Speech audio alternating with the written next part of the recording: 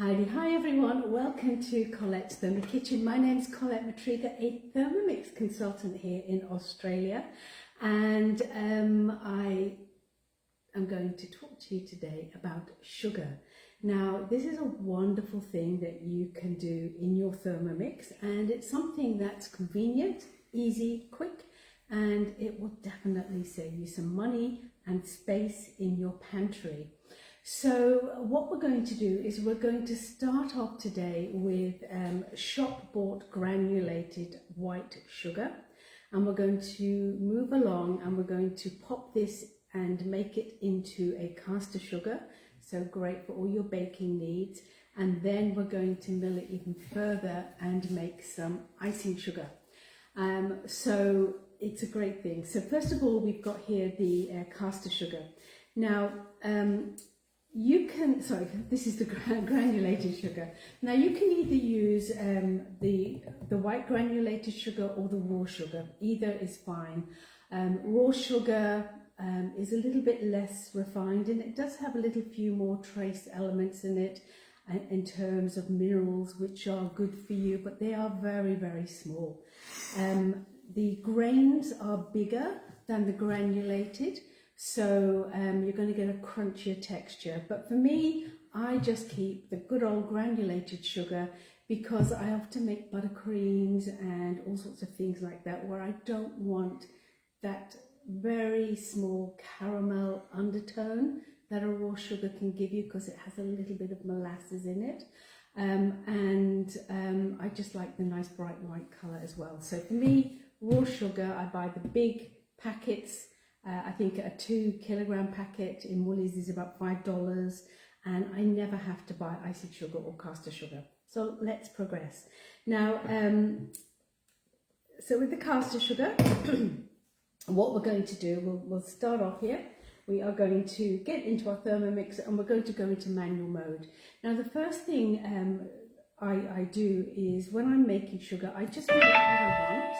In fact, I tend to do like in cup sizes. There is a guided recipe for one of the sugars we're going to make today, and that's brown sugar on cookie dough. But I'll show you that as we actually progress. So, making what I want. So what I suggest is you stick to about 1 cup, and that's how I do it. I just have a cup into my big sugar, and I'll take out a cup of the granulated sugar, pop it into my Thermomix. I like to add in my simming basket on top, because when you think about it, the blade's going to throw up the sugar, and instead of that sugar going all the way up here and then all the way down, it's going to hit that blade more often if it has a smaller distance to travel. So when I'm doing my sugar, I tend to put the basket in. Now, so 1 cup has gone in, and that's all I'm doing. So that's going to yield about 200 grams of caster sugar for us. So let's just put that to one side. So with the TM7 into manual cooking, and all I need to do to make caster sugar super easy is go for 2 seconds, and I'm going to go at speed number 8. 2 seconds, speed 8, that's it. And I hit play.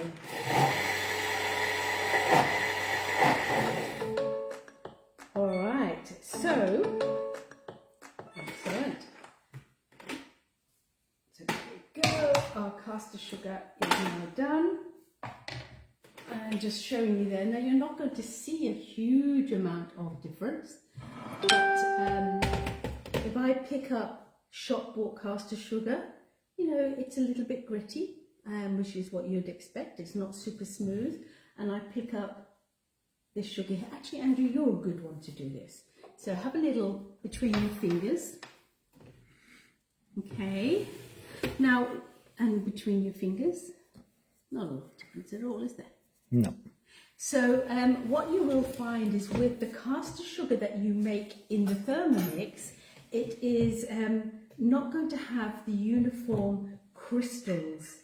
So it's actually going to be, you know, those little sugar crystals are going to be chopped up, you know, kind of different sizes. Whereas with here, you will have.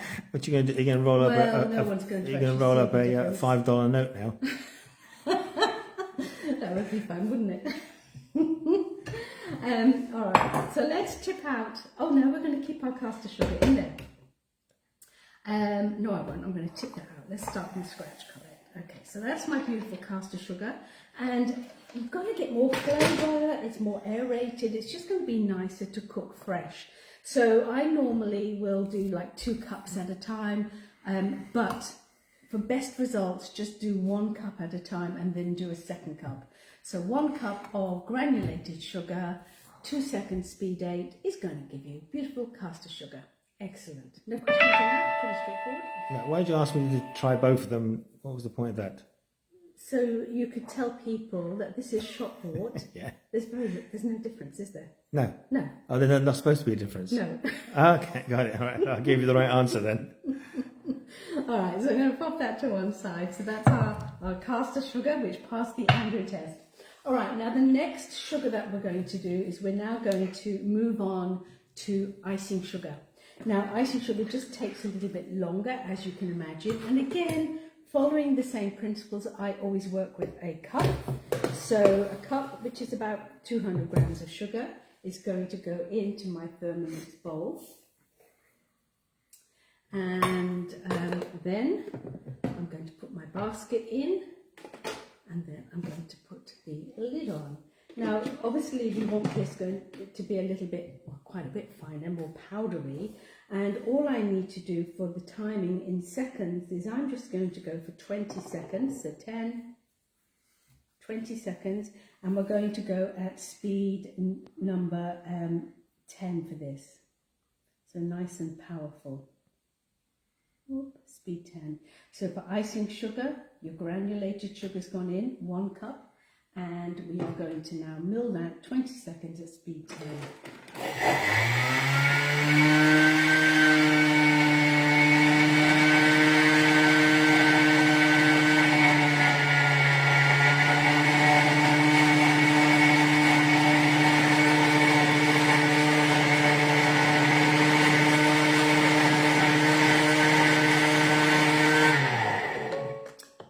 Excellent. Okay.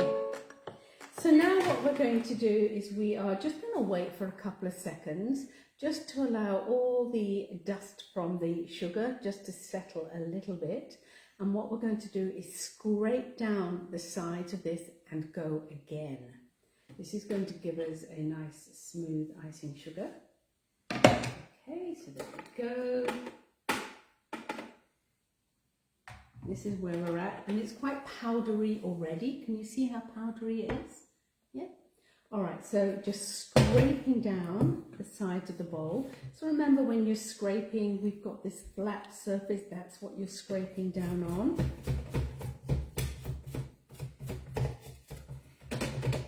All right, so back into the bowl. Now, I really do wish they had a repeat button. I love a repeat button. You never know, maybe because the TM7 looks to the future, maybe they will have one coming along. So we're going to go exactly the same. So we're going to go for 20 seconds, 10 and 20. And then for the speed, we're going to go at speed 10 and 10. Excellent. And no, it's on 0. Oops, thanks, honey. 10. All right, and off we go again.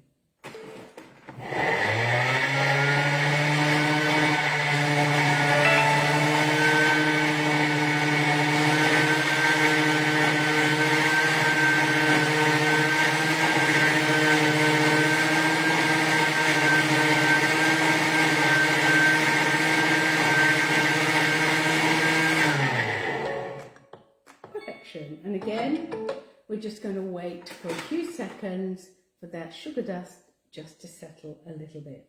Now, sometimes when you are making a recipe, they'll call for pure icing sugar, which is what this is.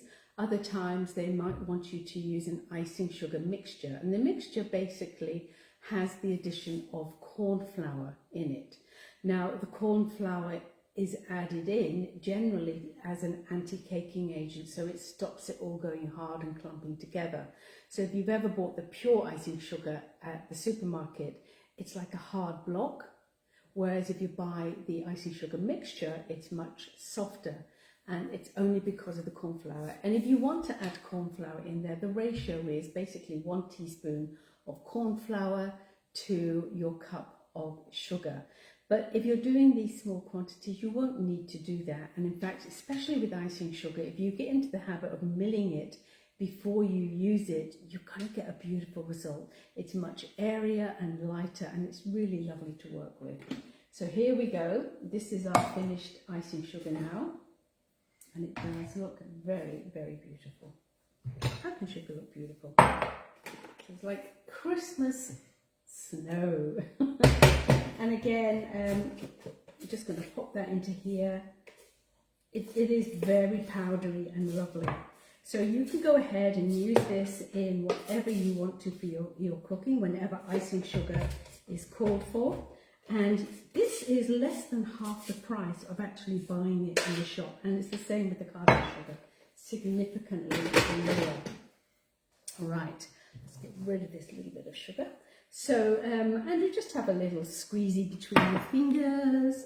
You know, it's like powder. It's Talcum powder. It is, it's like talcum powder. It's very, very powdery. And there you go, that's more like what you wanted, wasn't it? All right, so that there is the icing sugar. Now, if I am making something which is not your basic cookies or, for example, a pavlova, I would personally take this icing sugar and I would sieve it. And you'll find most of it will go through, but it's just like a double check because you really want it to be nice and fine. If I'm doing some macarons, I will make sure I'm using the finest icing sugar I can. And that is the equivalent to buying really beautiful icing sugar in the shops. So we've got caster sugar and we have got icing sugar. Right, so the next sugar that we're going to make, and the final sugar that we're going to make, is brown sugar. So again, starting off with our granulated sugar. Yes, you can, for all of these, you can use your raw sugar. But remember, raw sugar, bigger crystals, so you're going to have to maybe mill a little bit longer. They have the caramel overtones. I personally just like to start and have the one sugar in my pantry, and that's the granulated. So following the same principles, no more than a cup at a time. It's going to give you much better results. So 1 cup is going in. And if you were doing this with raw sugar, what I would suggest you do is you break it down for about 3 seconds on speed 7 or 8, and that will just give it a bit of a breakdown because you'll get those really crispy little crystals, and you don't particularly want those big ones in here. So we're making brown sugar now, and there is an American recipe on here that you can follow, but I think it's a bit strong. So what I've got in here, 1 cup of my granulated sugar, and then to that I'm going to add some molasses.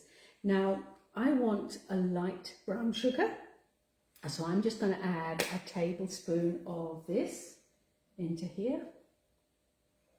Now if I wanted a dark brown sugar, I would add 2 tablespoons. Okay, that's great.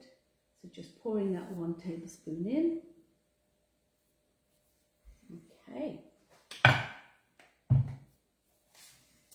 popping on the base and the lid, and this time we're going to go, because we don't want it powdery, we're going to go at a lower speed, but we're going to go for 20 seconds this time, 10, 20 seconds, and we want to go speed 4 will be good, so 20 seconds, speed 4, and off we go.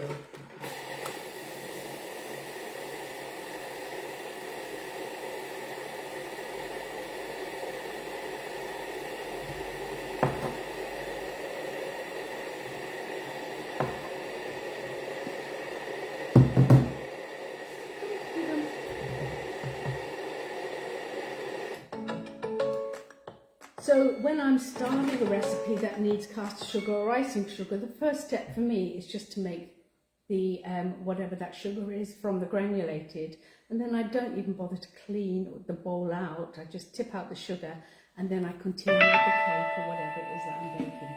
All right, so let's have a look at what we've actually got in here. So remember, we're going for light brown. So that's where we're at the moment. So nice and light. And I'm just going to scrape that down. And we're going to go again exactly the same. And you want to make sure you're getting all that, all those any molasses that are stuck to the bottom. And that's good.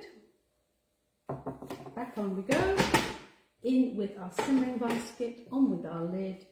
And if we had that little repeat step, come on Warwick, let's have the repeat button. But we're going to go again. So 20 seconds. And we're going to go at speed number 4. And off we go.